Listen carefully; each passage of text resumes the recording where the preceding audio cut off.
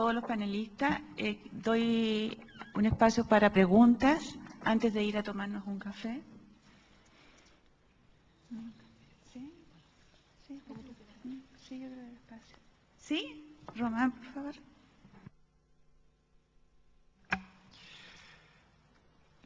Bueno, el tema es la reflexión que se desprende de las tres presentaciones hechas.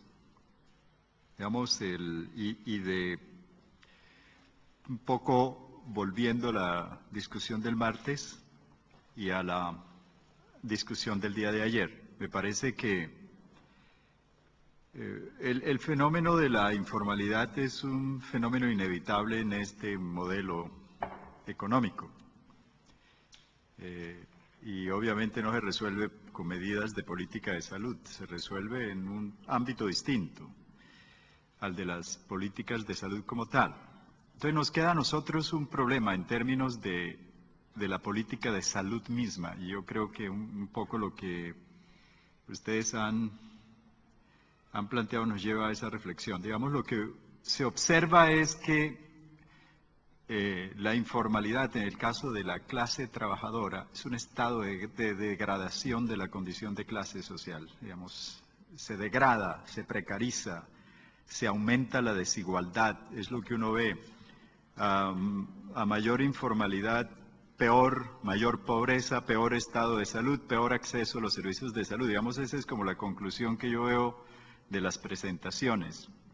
¿Cómo responder? Es mi pregunta a los tres expositores. Quiero escuchar un planteamiento de Oriel, del compañero de Brasil, y de Osvaldo. El compañero de Brasil es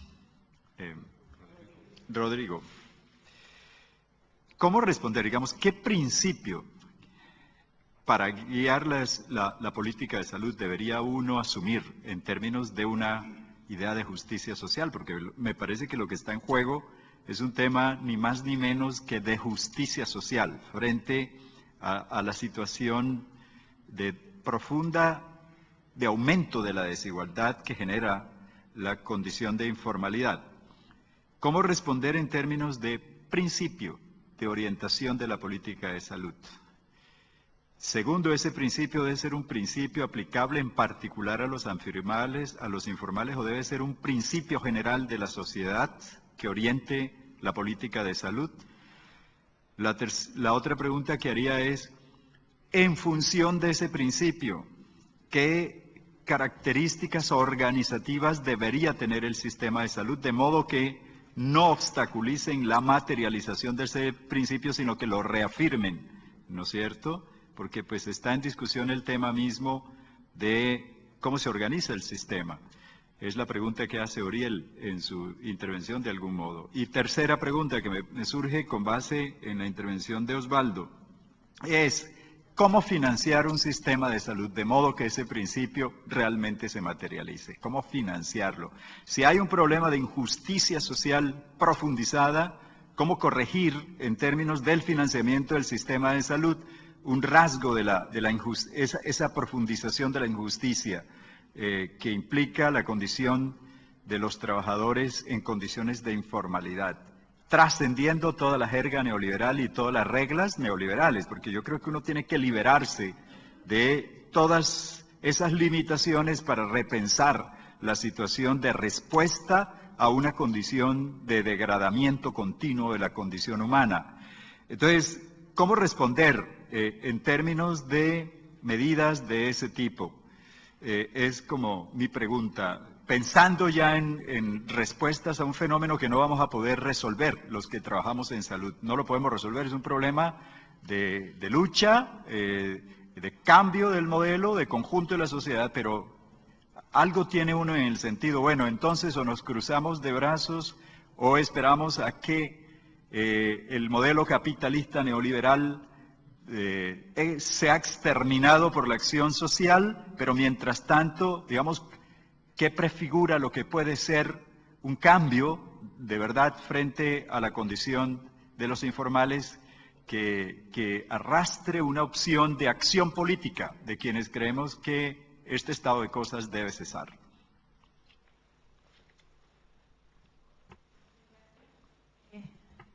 Empezamos por... ¿Sí? ¿Sí? Sí, hola, soy Simone Cecchini. Bueno, el caso mexicano de verdad que es muy interesante, todos son interesantes los tres, pero ahora el caso mexicano me parece muy interesante por el tema de cómo se destacó, es un sistema muy fragmentado y hay un gran debate ahora sobre qué hacer y hacia dónde ir. Entonces, muy bueno escuchar este tema. Yo quería hacer un comentario puntual que es sobre el tema de la medición de la pobreza, porque efectivamente México ahí es un ejemplo, con lo que se ha hecho con el Coneval y la medición multidimensional de la pobreza. Solo que quería discutir un poco el tema de la motivación. Yo no creo que se cambia de pobreza por ingreso a multidimensional porque es muy fácil bajar la pobreza por ingreso. De hecho, no hay desafíos enormes cuando uno hace transferencia en términos de focalización, de financiación, de transparencia, de administración, y ningún país en América Latina y creo en el mundo ha logrado bajar a cero la pobreza mediante transferencia. Pero sí, como destacaste, es muy importante decir que la pobreza es algo más que el ingreso, ¿no? Y de ahí, por eso te quería hacer la pregunta sobre un debate que se ha dado en México también, que como una de las dimensiones de la pobreza multidimensional el acceso a la salud y operacionalmente se mide como tiene o no tiene acceso, si es que tiene acceso al seguro popular, entonces resulta que tiene acceso a la salud. Y ahí hay un gran debate porque hay gente que dice, bueno, uno tiene derecho a accesar a la salud, pero después la realidad es otra, porque tú puedes tener derecho a accesar a la salud, pero después el puesto de salud no te atienden o con mala calidad. Y algunos hasta han llegado a decir, tenemos buenos resultados ahora en la pobreza multidimensional, parece que va bajando, pero también eso es medio ficticio. Entonces, me gustaría saber de ti alguna consideración sobre ese tema. Otra consulta y... ¿Sí? Bueno. Sí. La pregunta es para Rodrigo, ¿no? Cuando hablaste de la bolsa de familia, entiendo que ha sido un programa relativamente exitoso para la reducción de la pobreza. Quería preguntarte si, y como programa de transferencia, ¿no? Está normado como una política pública, o sea, institucionalizado. Entonces, eso porque... Ok. Quizá comenzamos con las preguntas particulares y después seguimos con la que le hicieron a todos, ¿sí? Adelante. Sí, respecto a este elemento que mide el acceso a la salud, ciertamente es una pregunta muy engañosa porque el acceso a la salud está separada es una pregunta independiente si tiene seguridad social o no. Acceso a la salud se pregunta si tiene acceso a cualquier servicio de salud y entonces el listado está los sistemas públicos, está Seguro Popular o el sistema privado, es decir, está hablando solamente si tiene contacto con cualquier institución pública o privada para la atención. Y ese es un problema grave porque no discrimina a quienes están en lo público o porque tienen la necesidad de ir al privado. Segundo elemento, acceso a la salud que están viendo específicamente para Seguro Popular es afiliación. Hay una campaña de certificar a los estados sobre el nivel de afiliación. Entonces, si tiene un nivel de afiliación muy alto, se le certifica. Y obviamente esto conlleva mayores recursos federales a los estados. Entonces, se hacen todas estas campañas o cruzadas para afiliar, pero no está reflejando si estas personas realmente tienen atención en los centros de salud o cómo está la disponibilidad, ¿no? o la accesibilidad que se tenga sobre los mismos. Es una pregunta que realmente detrás de ella enmascara muchas cosas, ¿no? de manera sincera. Igual no sabemos cuál es la cobertura efectiva de cada programa, ¿no? Porque la pregunta es tan general que cualquiera cae, ¿no? Si a mí me preguntan en los últimos meses, ¿estuviste enfermo y fuiste al médico? ¿O tuviste acceso a un sistema de salud y me mencionan todo este listado?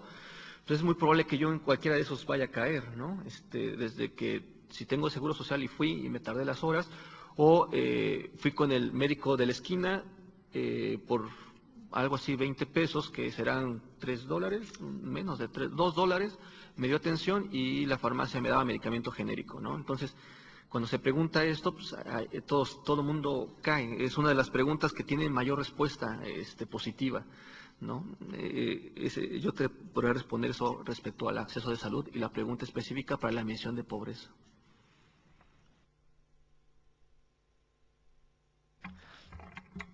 Bom, no está institucionalizada y creo que eso sea un